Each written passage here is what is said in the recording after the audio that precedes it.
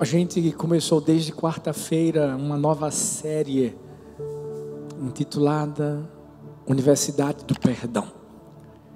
Se você perdeu a primeira mensagem que foi pregada na quarta, vai lá para o YouTube, por isso que eu estou dizendo. Se inscreve, ativa o sino, você vai receber tudo. São mensagens do coração do Pai para o seu coração e para o coração de outras pessoas que você sabe, que você pode compartilhar, você pode abençoar. E nós falamos sobre um tema tão forte: se perdoe. Até porque muitas vezes a gente está pensando em perdoar o pai, perdoar a mãe, perdoar a sogra, quando na verdade a pessoa mais difícil de a gente perdoar é a gente mesmo. E não tem como a gente tentar perdoar alguém se não conseguir se perdoar e entender que a gente já foi perdoado pelo nosso Pai. E hoje a gente vai dar continuidade. E o tema de hoje é muito forte. Se esqueça das injustiças. Até porque a gente vive num momento em que, venhamos e convenhamos, muita gente acha que é injusto haver pessoas que julgam o que é essencial e o que não é essencial. Será que eu vi um vídeo esses dias, meu filhão, o pastor Xande, colocou, de um vendedor de feijão verde, baiano, estava com um carrinho de mão, com um bocado de feijão. Alguém estava filmando ele, naquela hora ele abriu o coração e começou a dizer assim: gente, será que o que eu faço não é essencial? Estão mandando eu ficar em casa, mas quando dá meio-dia, eu tenho meus filhos que estão com fome. Então será que eu não posso sair para vender o meu feijãozinho porque não é essencial? Beleza. Injustiças estão sendo vividas. Mas o maior problema é quando a gente foca nas injustiças. Sabe quando existe aquela final de campeonato? Pensa aí no seu time. Não vou nem falar nome de time. Ítalo é tricolor, gente, mas está se convertendo. Deus está fazendo, por isso que ele, toda vez que ele sobe, porque esse altar aqui é lavado no sangue do Cordeiro. O sangue do Cordeiro é vermelho e tem algumas coisas pretas também assim. O que foi? Deixa eu falar. Mas pensa aí, numa final de um campeonato, né? E você conhece alguém que estava torcendo pelo time e o time perdeu. É engraçado porque esse seu amigo, se você chega para ele para dizer assim: e aí, meu irmão, como é que foi a final? Ele vai dizer assim: não, o juiz roubou. Não, o VAR, foi o VAR. Ou seja, ele não vai nem falar do resultado, ele vai falar da injustiça que aconteceu, porque o juiz não marcou aquele pênalti, porque aquela falta era para ter se marcado, e aquele gol foi irregular. Não é assim? Assim. Por quê? Porque ele está focado nas injustiças. Mas eu tenho aprendido que um verdadeiro campeão, ele tem que superar as injustiças. Deixa eu te falar uma coisa. A nossa vida, ela se assemelha a um campeonato. Você não sabe, mas existem muitas finais que a gente joga na vida. Dentro de casa, no trabalho, na igreja, em tantos lugares. E eu vou te dizer que se a gente não entender que para ser campeão, a gente vai precisar superar as injustiças que surgem. Porque se você diz assim: não, pastor, mas eu vou vencer. Vai vencer, eu sei disso. Vitória é sinônimo de batalha. Não existe nenhuma vitória se não houver uma batalha. E batalhas muitas vezes são injustas. Você já viu uma guerra ser justa? Você já viu as pessoas imporem regras para uma guerra? Não. Estão ali simplesmente para obedecer um comando, obedecer uma ordem. E se o inimigo aparecer, vai matar. A nossa vida é assim. Talvez você diga assim: poxa, pastor, mas eu fui injustiçado.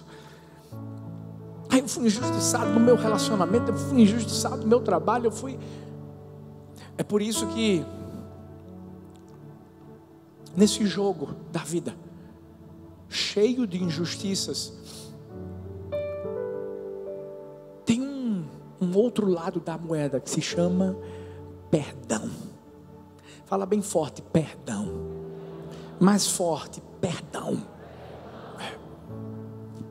É o outro lado da moeda. Porque se a gente precisa de uma referência de campeão, a gente tem Jesus. E venceu. Mas ele também foi injustiçado. E quando a gente olha para ele, que apanhou, que levou uma culpa que não era sua, foi traído, foi levado de sua casa, foi vaiado por pessoas que talvez um dia estavam celebrando-o. Deixa eu te dizer uma coisa: talvez quem hoje te celebra pode te vaiar amanhã, pode te trair amanhã. Jesus foi pregado na cruz e ainda morreu, mas ele venceu, porque ele ressuscitou. Ele não ficou nas injustiças, ele não se prendeu. Ei. E hoje ele continua vivo. Talvez você diga assim: eu não consigo vê-lo. Consegue? Olha para a pessoa que está perto de você. Deixa eu te dizer uma coisa. Quando a Bíblia fala em 2 Coríntios 2,14, mas graças a Deus que sempre nos conduz vitoriosamente em Cristo, e por nosso intermédio, por meu intermédio, pelo seu intermédio, exala em todo lugar a fragrância do seu conhecimento. Deixa eu te dizer uma coisa: se Jesus viveu injustiças, nós também vamos vivê-las. Sabe por quê? Porque Ele quer que nós sejamos o seu troféu de bondade e de amor e de perdão aqui na terra. Ele quer que a gente exale a mesma essência. Deixa eu te dizer uma coisa: tem um perfume que é o melhor de todos. Não, é melhor do que o seu Azarro, do que o seu 212, do que seu perfume da Natura, do Boticário. É o perfume que quando você inspira, você sente o cheiro do sangue. Porque esse perfume foi feito com o sangue do Cordeiro. Mas quando eu digo sangue, eu não estou querendo que você tenha aquela sensação de uau. Não. Eu quero que você entenda sangue como vida. Onde a gente chega, o que está morto revive. Onde a gente chega, o que está podre se torna vivo. Quando a gente entende que é por isso que a gente não pode se apegar às injustiças da vida. E por isso que a gente vai batalhar. E batalhas são injustas. Mas a gente vai vencer. E hoje eu quero mostrar para mim e para você o que a gente tem que fazer para vencer essas injustiças que a gente vai viver. Porque deixa eu te dizer uma coisa: se você nunca viveu, vai viver. Eu não estou lançando praga, não, mas é a verdade. O que eu tenho que fazer quando as injustiças vierem? Vamos lá. Primeiro, dê a validação necessária para perdoar verdadeiramente. Não entendi nada, pastor. Vou te explicar. A razão pela qual muitas pessoas elas não perdoam, a razão pela qual muitas pessoas se apegam às injustiças cometidas sobre suas vidas, é porque ninguém em suas vidas reconhece que o que aconteceu com elas foi injusto. Sabe? Quando você olha para si mesmo e diz assim: eu não mereci. Sabe, quando você olha para si mesmo, para si mesma, você diz assim: por que fulano de tal fez aquilo? Por que ciclano agiu dessa forma comigo? A gente tem que entender que a injustiça nunca é justa, obviamente. Nunca. Não tem como você trazer justiça para uma injustiça. Eu posso ser mais claro. Talvez você diz assim: foi injusto o meu pai, pastor, ter abandonado a minha mãe logo depois que eu nasci. Eu não sei quem foi meu pai. Talvez você está aqui, você está dizendo assim: pastor, foi injusto ninguém ter observado o dom ou o talento que eu tinha, me deixaram de lado. Talvez você está aqui dizendo assim: foi injusto a minha própria família nunca ter valorizado os sonhos que eu tinha dentro do meu coração. Talvez você diz assim: foi injusto ter que carregar o fardo de ter sido uma mãe solteira, de ter me sacrificado, poder ter dado alguma coisa para os meus filhos. Talvez você diz assim: foi injusto eu ter confiado naquela pessoa que eu tanto admirava, e essa pessoa tirou vantagens de mim, essa pessoa abusou de mim. Talvez você está dizendo assim: foi injusto que o meu chefe nunca tenha me promovido como eu esperava. Talvez sua dor é muito mais profunda, porque você está dizendo assim: foi injusto eu ter sido alvo de um preconceito racial. Foi injusto por eu ter sido alvo de um preconceito porque eu sou mulher. Foi injusto. Eu sei que foi. Mas a pergunta que eu faço para mim, para você hoje é: o que você vai fazer com essa realidade? Você sabe qual é a única forma da gente consertar isso? É dando validação. Você nunca pode consertar nada que você não valide como real. Deixa eu te dizer uma coisa: por mais que as pessoas não validem, você tem que validar. É você que tem que olhar para o que te aconteceu, para o Espírito Santo de Deus iluminar seus olhos espirituais para você ser curado. Porque senão, sabe o que é que vai acontecer? Por exemplo, tem gente que passa de um relacionamento para o outro, para outro, para outro, e essa pessoa acha que não tem problema com insegurança. Tem gente que está presa a uma compulsão financeira, compra as coisas de forma descontrolada. Sabe por quê? Porque quando era criança nunca ganhava presentes. Mas essa pessoa acha que não está acontecendo nada.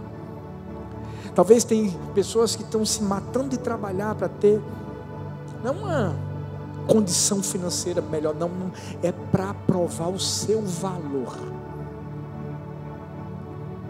para o seu pai, para sua mãe. O pior é que talvez seu pai já morreu, sua mãe já morreu, mas é como se você tentasse ainda dar uma resposta às injustiças que foram cometidas contra a sua vida. Resumindo, o que eu estou querendo dizer é que se você continuar agindo dessa forma, Como se não tivesse nada de errado se você não validar primeiro o que tem que ser validado. Se você não entender que tem uma dor que você sente, que é a dor da injustiça, e que essa dor precisa ser tratada, sua vida nunca vai mudar. Quando a Bíblia fala em João 16:33, eu lhes disse, e é Jesus falando, eu lhes disse essas coisas para que em mim vocês tenham paz. Neste mundo vocês terão aflições, contudo tenham ânimo, porque eu venci o mundo. Jesus mais do que nunca, de uma forma explícita, está dizendo, vocês vão ser injustiçados. O problema é, será que diante da série que a gente está apresentando, nós falamos apenas sobre perdão, ou nós aprendemos a perdoar de verdade? Porque o que acontece é o seguinte, é como se nós tivéssemos dois times jogando hoje. Um é da Universidade do Perdão, e o outro é da Universidade do Falso Perdão. E nesse do falso perdão tem gente que já fez mestrado. Tem gente que parece que perdoou, parece que deixou as injustiças de lado, mas até hoje. Como é que a gente identifica quem faz parte de cada time? Bora lá. Pessoas que cursam a Universidade do Perdão são humildes. Elas reconhecem e entendem a sua necessidade de Deus e de enxergar que tem alguma coisa errada. Aqueles que fazem parte da Universidade do Falso Perdão não são arrogantes. São aquelas pessoas que acham que está tudo muito bem, mas elas não conseguem se colocar fora para ver o quebra-cabeça todo da sua vida. Por isso não conseguem encontrar o seu erro. As pessoas que fazem parte da Universidade do Perdão, elas perdem a conta das ofensas porque não precisam de um placar para viver. Mas as pessoas que fazem parte da Universidade do Falso Perdão, elas ficam contando todas as ofensas, as pessoas que a ofenderam, que o ofenderam, e dizendo, fulano tal fez isso, estou anotando. As pessoas que fazem parte da Universidade do Perdão, elas sabem que o perdão é um mandamento, é uma ordem, é um comando. As pessoas que fazem parte da Universidade do Falso Perdão acham que perdoar é uma opção. Pastor, por favor, não venha me dizer que eu tenho que perdoar quem me abusou. Eu sei que isso é muito, muito profundo. Eu sei que isso é muito humanamente falando, gente.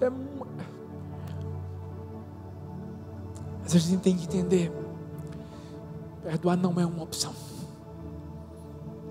é uma direção, é uma ordem. Enquanto as pessoas da Universidade do Perdão dão a graça que também receberam de Jesus sem merecer, as que fazem parte da Universidade do Falso Perdão dão às pessoas o que acham que elas merecem. É aquele tipo de pessoa que diz assim: Deus, é o seguinte, eu só queria pedir uma coisa, mata ele, por favor. Você está pensando que não tem gente que ora dessa forma? Tem gente que, o quê? No reteté ainda mais. Deus, abre a cova daquele abençoado. Mas é verdade. Sabe, quando a gente faz parte da Universidade do Perdão, a gente foca no perdão que foi dado pelo nosso Pai. Não é no nosso, não, é no que foi dado pelo nosso Pai. Enquanto os que cursam a Universidade do Falso Perdão focam na culpa dos outros. Ou então só acham aceitável perdoar quando as circunstâncias são justas. Não. Você está entendendo a diferença? É por isso que a gente precisa dá a validação necessária para perdoar, verdadeiramente foi injusto o que fizeram. Foi. Identifique o que foi que fizeram de injusto contra você. Agora, o que é que você vai fazer com isso? Vai perdoar. O que é que eu faço quando as injustiças vêm? Segundo, levante-se da cadeira da injustiça. Como é que é, pastor? Isso. Levante-se da cadeira da injustiça. Uau, falar de injustiça, vamos lá, exemplo clássico, José. A gente vai ler alguns trechos na história de José. Eu acredito que você já conhece bem essa história. Você sabe que ele era o favorito do pai. Os irmãos o invejavam por essa razão. E havia tantas ofensas dentro do coração dos seus irmãos, que os irmãos disseram assim: vamos matá-lo. Decidiram, na verdade, roubar o futuro de José. Por causa de quê? Por causa de um sonho. Por causa de um sonho. A história mostra que jogam José num poço, pensam em matá-lo, mas de repente aparece um grupo de ismaelitas e decidem vendê-lo. Eu fico imaginando José sendo tirado daquele poço e pensando: uau, meus irmãos decidiram, né, não fazer mais nada de ruim contra mim, e de repente ele sendo vendido de forma injusta. A gente sabe a história, ele foi para o Egito. E se tem um cara que tinha todas as oportunidades de ficar sentado na cadeira da justiça, era José. Que cadeira é essa, pastor? Essa cadeira pode aparecer de 3 formas na nossa vida, e eu vou te dizer uma coisa: José passou por todas elas. Primeiro, a cadeira da injustiça, da traição. Gênesis 37, a partir do versículo 17, diz assim: assim José foi em busca dos seus irmãos e os encontrou perto de Dotã. Mas eles o viram de longe, antes que chegasse, planejaram matá-lo. Lá vem aquele sonhador, diziam uns aos outros. É agora, vamos matá-lo, jogá-lo num destes poços, e diremos que um animal selvagem o devorou. Veremos então o que será dos seus sonhos. Versículo 23 e 24. Chegando José, seus irmãos lhe arrancaram a túnica longa, agarraram-no, jogaram no poço, que estava vazio e sem água. Versículo 28 diz: quando os mercadores ismaelitas de Midian se aproximaram, seus irmãos tiraram José do poço e o venderam por 20 peças de prata aos ismaelitas, que o levaram para o Egito. Uau! Traição, gente, é algo muito forte. Uau, traído pelos próprios irmãos. E sabe por que traição é forte? Porque é impossível a gente ser traído se não houver confiança em primeiro lugar. Ou seja, quem nos trai são pessoas próximas. São pessoas que andam conosco. Tem algumas pessoas que nos machucam, que nos ofendem, mas só nos traem aqueles que estão perto o suficiente. Uau! O problema é que tem gente que não só se sentou na cadeira da injustiça, da traição, mas ficou confortável nela. Se tem alguém que podia ter sentado nessa cadeira e ter ficado lá, era José. Mas José entendeu, escuta, e é isso que eu quero que a gente entenda hoje: tem um propósito, tem um destino. Tem muita gente que talvez está aqui, está nos assistindo, que está lá sentado na cadeira da injustiça, da traição, e já faz 10 anos, nesses 10 anos, você parou. Nesses 10 anos, você interrompeu a sua vida. José tinha mais ou menos 17 anos quando tudo isso aconteceu. Novo, jovem, mais ou menos minha idade.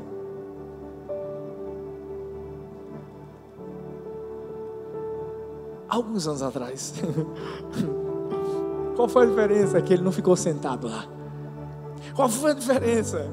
Que ele se levantou. Qual foi a diferença? Que ele disse assim: vou superar isso aí. Eu sou um campeão. Eu vou me levantar. Interessante é que José foi levado como um escravo. Chegou na casa de um homem chamado Potifar. E ali Deus começou a honrá-lo, a abençoá-lo. E ele deve ter pensado: agora sim, agora sim, agora sim, agora sim. Aí vem uma mulher endemoniada, mulher de Potifar, que viu José bonitão, porque a Bíblia diz que ele era bonito. Deu em cima dele. E o que foi que José fez? Não, aqui não. Eu tomo conta de tudo, de Potifar, menos da mulher. Quando ele pensava que agora vai dar certo, vem uma outra cadeira. Talvez é a que você está sentado. Talvez você diga: não, da traição não. Mas talvez você está sentado na cadeira da injustiça, da acusação. Porque essa mulher, a Bíblia fala lá em Gênesis 39, a partir do versículo 11, que um dia José entrou na casa para fazer suas tarefas e não tinha nenhum empregado ali. O que é que essa mulher fez, gente? Essa mulher agarrou José pelo manto. Cuidado. Cadê os solteiros? Não, levanta sem vergonha. Eu não estou dizendo levanta sem vergonha, não. Eu estou dizendo levanta. Tá bom. Cadê os solteiros? Escuta. Take it easy.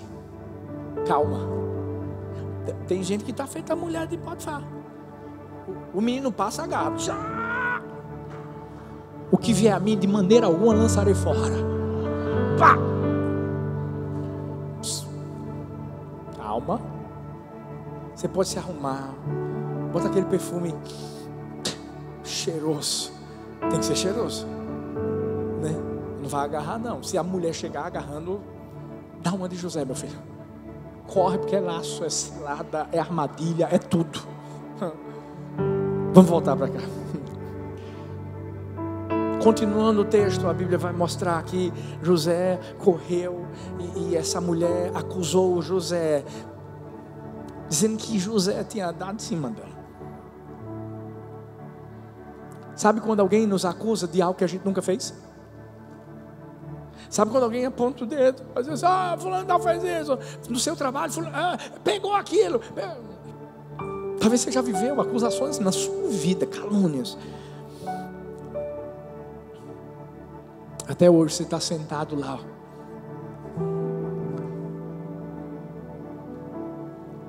dizendo assim: foi uma injustiça.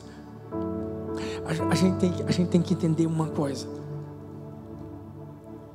Por mais que a gente tenha sido acusado de qualquer coisa, a gente tem que entender quem é o nosso juiz, quem é o nosso advogado. Pode até parecer que as coisas estão indo de mal a pior, porque a Bíblia mostra que José sai da casa de Potifar e vai para onde? Prisão. Deixa eu te dizer uma coisa: talvez a prisão faça parte do destino que Deus traçou para a sua vida. Talvez. No percurso dessa jornada de batalhas e de injustiças, vai existir uma prisão que parece que vai te prender, mas que na verdade vai te libertar. E pode parecer muito contraditório, mas é dessa forma que Deus trabalha, no contraditório. Muitos pensaram que Sadraque, Mesaque e Abednego entrariam na fornalha para se queimar. Não. Entraram na fornalha para Deus mostrar que havia um outro fogo que queimava dentro do coração deles. Ei!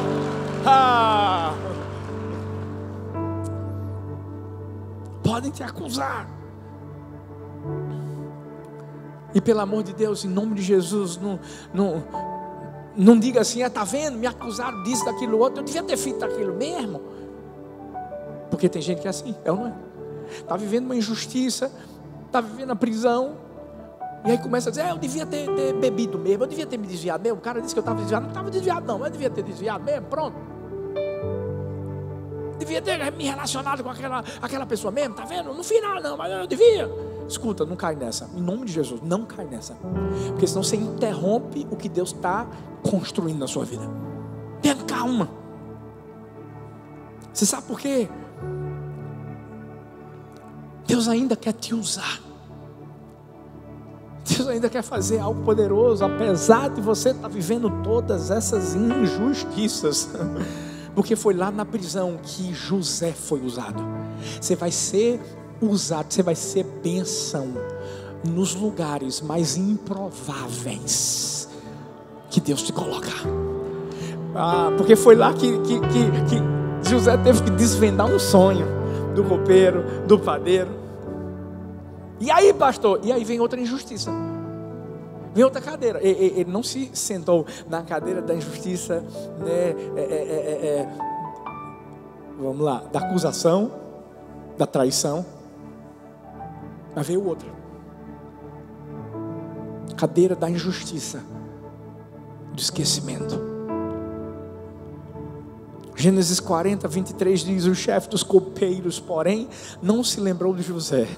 Ao contrário, esqueceu-se dele. Como assim, pastor? José desvendou o sonho. O copeiro e o padeiro estavam lá presos, tiveram sonho. José desvendou, mostrando que o copeiro voltaria a estar diante de Faraó e o padeiro seria morto. Tudo que José queria era só uma coisa, que o copeiro se lembrasse, rapaz, tem um cara que foi injustiçado lá, o nome dele é José, sabe, disseram que ele agarrou a mulher de Potifar, mas não agarrou não. 2 anos se passaram.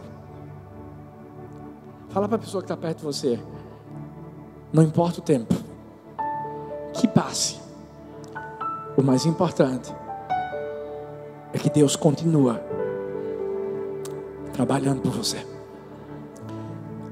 A gente tem que entender isso.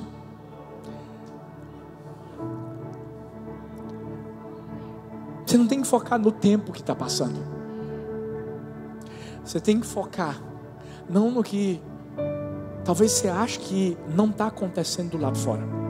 Você tem que focar no que com certeza está acontecendo do lado de dentro.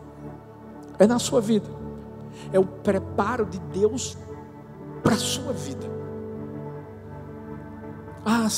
Se José tivesse sentado ali naquela cadeira da injustiça, do esquecimento. Talvez você está aqui dizendo assim: pastor, ninguém se importa comigo, ninguém se importa com meus sentimentos, é como se ninguém me visse, ninguém se lembra de mim, eu fui esquecido por minha família, eu fui esquecido por todos, nunca fui reconhecido, nunca fui reconhecida.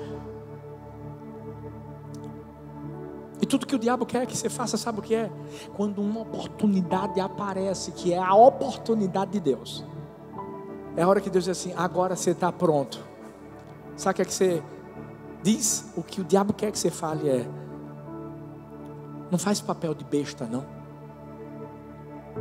porque vai acontecer tudo de novo. Você lembra? Você foi traído. Ei, você lembra?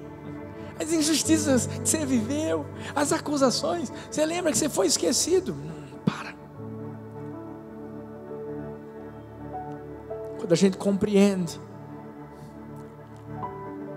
que mesmo José vivendo tudo que ele viveu, ele continuou, sabe o quê? Disponível para servir o Senhor.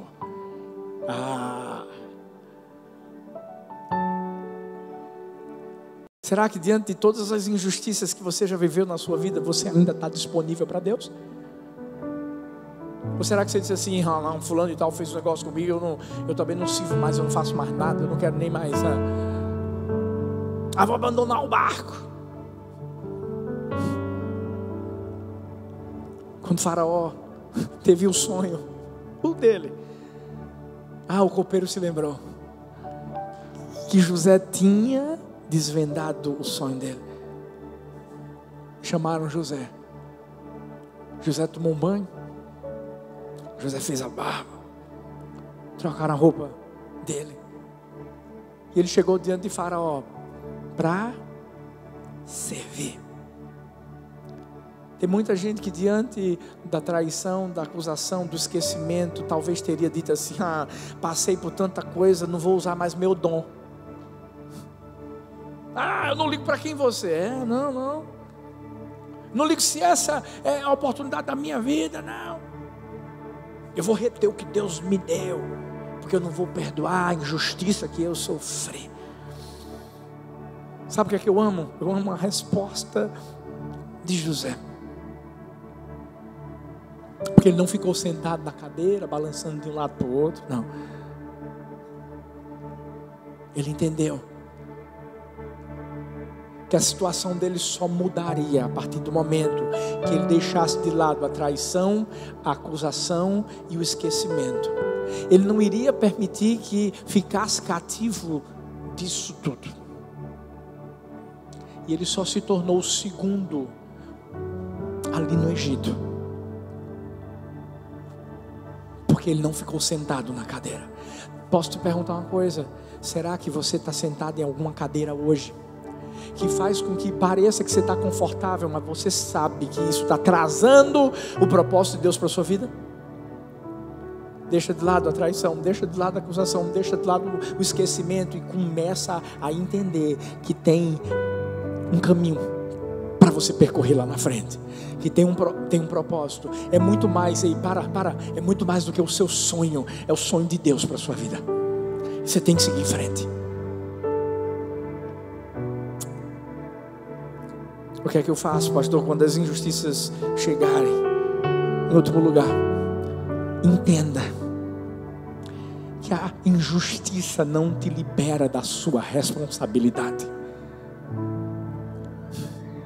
José foi da prisão ao palácio do dia para a noite. Mas você está pensando que acabou? Acabou nada. O teste de fogo vai vir agora. Por quê? Porque os seus irmãos estavam precisando de alimento. Pessoas que tinham traído ele agora precisavam da sua bênção. Uau! O que é que você faz quando pessoas que te traíram, que te acusaram, que se esqueceram de você, agora precisam de você? Pastor, eu esmago. Deixa chegar perto de mim. Eu passo na cara, pastor. Passo. É isso que Deus quer que você faça.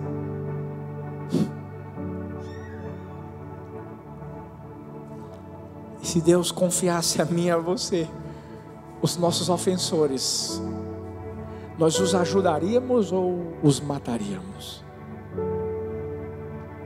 Hebreus dá uma resposta esplêndida para mim e para você. Hebreus 12:15. Cuidem que ninguém se exclua da graça de Deus, que nenhuma raiz de amargura brote e cause perturbação, contaminando a muitos.